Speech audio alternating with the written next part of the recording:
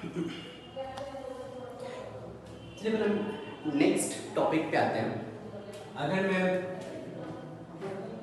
Let's say यहाँ पे small r and यहाँ पे 4 पाई r square Sai square r,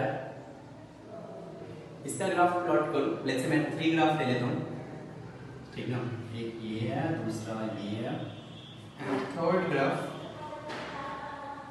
यहाँ पे है। ये भी y एक्सिस पे 4 पाई r square Sai square r है, यहाँ भी 4 पाई r square Sai square r है, राइट। अगर मैं 3s के लिए ग्राफ प्लॉट करूँ, 3s के लिए, right, n minus l minus 1 का वैल्यू 3 माइनस 0 माइनस 1 मीन्स 2 आएगा। मीन्स 3s के लिए ये ग्राफ होता है ऐसा ऐसा, फिर ये ऐसा होता है 3s के लिए। फिर 3p के लिए अगर मैं 3p के लिए ग्राफ प्लॉट करूँ तो ये n माइनस l माइनस 1 का वैल्यू 3 माइनस 1 माइनस 1 होगा। मीन्स ये 1 टाइम कट करेगा। मीन्स ये कुछ ग्राफ ऐसा मिलने वाला है। ये 3p के लिए हो गया। लेकिन अगर मैं 3d के लिए ग्राफ प्लॉट करूँ, 3d ऑर्बिटल के लिए, तो n माइनस l माइनस 1 का वैल्यू 0 होगा। इट मीन्स ये ग्राफ कुछ ऐसा आएगा। ये 3D का ग्राफ हो गया। ऊपर वाला ग्राफ 3s का है, फिर ये 3p का है और ये 3D के लिए है। अगर आप Rmax का वैल्यू देखेंगे तो 3s में से 3 Rmax मिल रहा है, लेकिन इसमें एब्सोल्यूट मैक्सिमा, सबसे बड़ा मैक्सिमा ये दिख रहा है। तो 3s के लिए Rmax यहाँ पे आ रहा है, 3p के लिए Rmax यहाँ पे आ रहा है एंड 3d के लिए Rmax यहाँ पे आ रहा है। मीन्स ये 3s का Rmax है, ये 3p का Rmax है एंड ये 3d का Rmax है। तो आप इस ग्राफ को देख के बोल सकते हैं कि अगर मैं Rmax का वैल्यू देखूं तो सबसे ज्यादा 3s का होगा, फिर 3p का होगा, फिर 3d का होगा। क्लियर है? अगर मैं इसको जनरलाइज करना चाहूँ तो मैं बोल सकता हूँ यार कि फर्स्ट पॉइंट L इंक्रीज होगा। जैसे 3s 3p 3d में 3s के लिए L का वैल्यू 0 है, 3p के लिए L का वैल्यू 1 है, 3d के लिए L का वैल्यू 2 है। L इंक्रीज होगा तो Rmax डिक्रीज होगा। सेकेंड पॉइंट, अगर आप 1s के लिए और 2s के लिए 3s के लिए ग्राफ ड्रॉ करें, आपको पता है n इंक्रीज होगा, तब तो Rmax इंक्रीज होगा, because number of orbit increases, distance of orbit from nucleus increases. तो L इंक्रीज होगा तो Rmax इंक्रीज होगा, N इंक्रीज होगा तो Rmax इंक्रीज होगा। ये तो हो गया Rmax। लेकिन यार एक टर्म है, अगर मैं पूछूं कि 3s 3p 3d में कौन सा ऑर्बिटल न्यूक्लियस से क्लोज है, ठीक, तो आप ये पॉइंट याद रखें। Overall closeness of orbital is decided by R average. ये Rmax से डिसाइड नहीं होता है।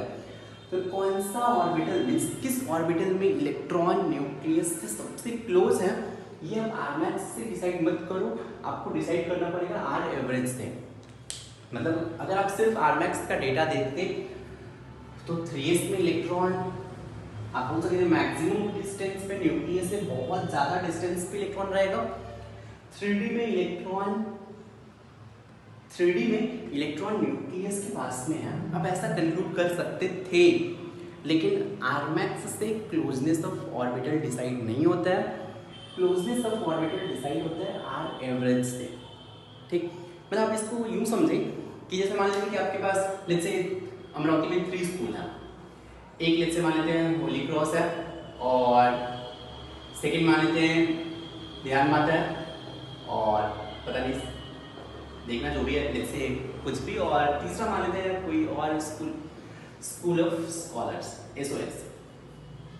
मान लेते हैं कि होली क्रॉस में अगर भी बोर्ड का रिजल्ट आया और अपन देखेंगे होली क्रॉस में एक स्टूडेंट है जिसका परसेंटेज 99% आ गया। ध्यान में आता है एक स्टूडेंट है टॉपर का परसेंटेज लेट्स से 98% है और एसओएस में लेट्स से परसेंटेज 95% है। इन स्कूल के टॉपर्स 99%, 98%, 95% पे हैं, राइट। तो टॉपर तो चलो ठीक है, होली क्रॉस से आया, लेकिन अगर मुझे बात करना है कि कौन सा स्कूल अच्छा परफॉर्म किया है, बेस्ट परफॉर्म कौन से स्कूल ने किया है, अब सिर्फ टॉपर को मत देखिए, आप सारे स्टूडेंट्स का मार्क्स देखिए, इनका एवरेज निकालें। मतलब ऐसा हो सकता है कि मान लीजिए एक स्टूडेंट 99% लाया, बाकी 10 स्टूडेंट्स इसमें जस्ट 40% लाया। इधर टॉपर 98% लेकिन 10 स्टूडेंट 70% लाए। एसओएस में पहला स्टूडेंट 95% और बाकी 10 स्टूडेंट थे, ऑल 10 90% लाए। कौन सा स्कूल बेस्ट है, होली क्रॉस या एसओएस? ऑफ कोर्स एसओएस का एवरेज मार्क्स देखो, एवरेज मार्क्स कैसे फाइंड करेंगे, तो 1 into 95 plus 10 into 90 upon total number of students, means total marks by student, total marks by all students divided by total number of students, ऐसे आप average find करेंगे। Clear है? तो जिसका एवरेज मार्क्स अच्छा होगा जिस स्कूल का, वो स्कूल बेस्ट होगा। कुछ वैसे आप यहाँ पे समझे कि किस ऑर्बिटल में इलेक्ट्रॉन न्यूक्लियस के पास में रहेंगे, ये सिर्फ आरमैक्स से डिसाइड मत करें, आपको आर एवरेज फाइंड करना पड़ेगा। तो वैसे आर एवरेज क्या होता है, तो r average is summation of radius into probability divided by summation of probability. Means 1 electron, इस रेडियस पे इलेक्ट्रॉन का प्रोबेबिलिटी कितना है, इस रेडियस पे इलेक्ट्रॉन का प्रोबेबिलिटी, इस रेडियस पे अगर डिफरेंट रेडियस पे इलेक्ट्रॉन का प्रोबेबिलिटी फाइंड करते हैं, radius into probability bye probability करेंगे तो आपको आर एवरेज मिलेगा। क्लियर है? अब देखो फिर से ये फाइंड नहीं करना है, वैसे कंटीन्यूअस समेशन इंटीग्रेशन से होता है, तो इंटीग्रेट करना पड़ेगा, लेकिन अपने सिलेबस में नहीं है, अपने को इंटीग्रेट नहीं करना है। बस फाइनल रिजल्ट याद रखें कि अगर आप आर एवरेज का वैल्यू देखेंगे, ठीक, ये जो आर एवरेज का वैल्यू आता है, ये आता है 3D में का डिस्टेंस सबसे ज़्यादा, फिर 3p का, फिर लास्ट में 3s का। मीन्स न्यूक्लियस से इलेक्ट्रॉन का एवरेज डिस्टेंस 3s में सबसे कम होता है, 3D में सबसे ज़्यादा होता है।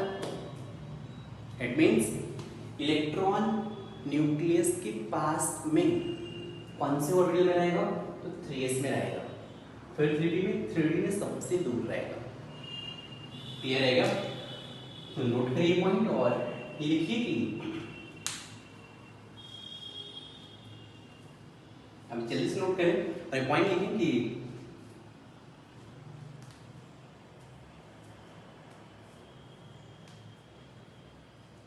कि are average equals is 3D 3p 3s। देखिए it means electron present in 3s orbital, electron present in 3s orbital will be more closer to nucleus than electron present in 3D orbital, right? तो nucleus का attraction ज़्यादा किस पे होगा, 3s पे या 3p पे या 3D पे? तो न्यूक्लियस का अट्रैक्शन सबसे ज़्यादा 3s ऑर्बिटल पे होगा, बिकॉज 3s ऑर्बिटल में जो इलेक्ट्रॉन है वो न्यूक्लियस के पास में है, न्यूक्लियस के पास में है तो अट्रैक्शन उन पे ज़्यादा होगा, राइट? तो इसी को अपन बोलते हैं पेनिट्रेटिंग इफेक्ट। तो कुछ नहीं, जस्ट अगर आपसे पूछे कि order of penetration, order of penetration of nucleus, सबसे ज्यादा पेनिट्रेशन, सबसे ज्यादा अट्रैक्शन कौन से ऑर्बिटल पे होगा, 3s पे या 3p पे या 3D पे? तो सबसे ज्यादा अट्रैक्शन 3s पे होगा, फिर 3p पे, फिर 3D पे। क्लियर है? तो लिख लीजिए कि this is termed as penetrating effect. Penetrating effect means, penetrating effect of nucleus means attraction of nucleus on electron, ठीक। तो लिखिए कि order of penetration of nucleus is 3s then 3p last में 3d होगा। Order of penetration of nucleus is 3s फिर 3p last में 3d।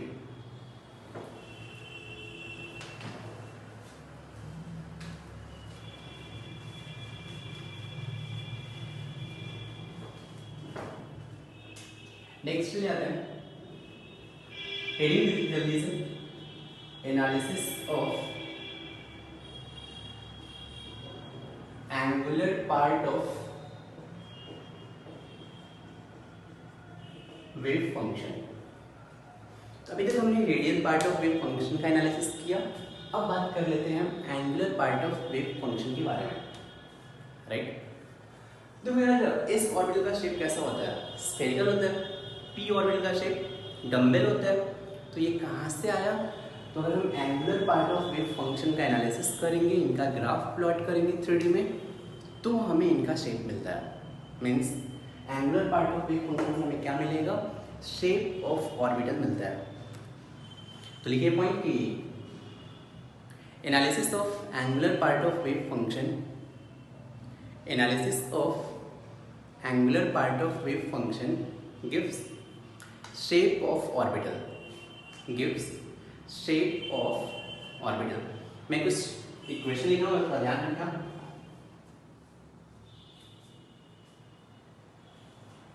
जैसे ये जो एंगुलर पार्ट थीटा या फाई पे डिपेंड करेगा, इसको बोलते हैं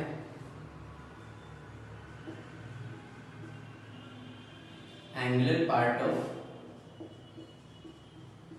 वेव फंक्शन। और angular part of wave function अगर इस ऑर्बिटल के लिए लिखोगे तो ये आएगा square root of 1/4 pi. Angular part of wave function for px orbital लिखोगे तो आएगा square root of 3/4 pi sine theta sine phi. Angular part of py अगर लिखोगे तो आएगा square root of 3/4 pi sine theta, sorry sine theta cos phi है, sine theta sine phi. और angular part for pz orbital लिखोगे that is square root of 3/4 pi cos theta.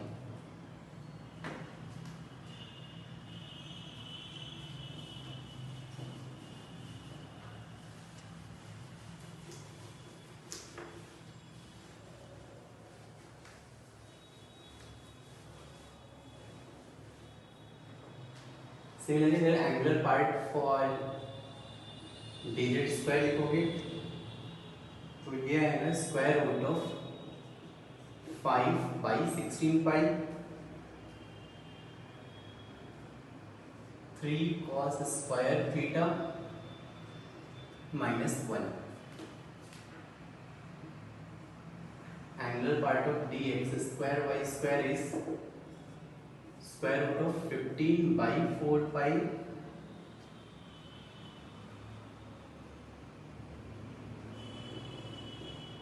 sin square theta cos square phi। Angular part of dxy square root of 15/4 pi sin square theta sin square phi। Angular part of dx square is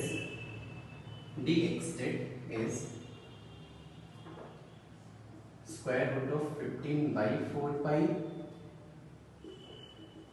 sin theta cos phi। And angular part of dyz is square root of 15/4 pi sin theta cos theta sin phi। तो ये मैंने angular part of wave function लिखा है। आपको याद करना है, at least ये 4 याद रखें आप, मतलब पूछने के चांसेस हैं। S p x p y p z के लिए आपका ध्यान रखें।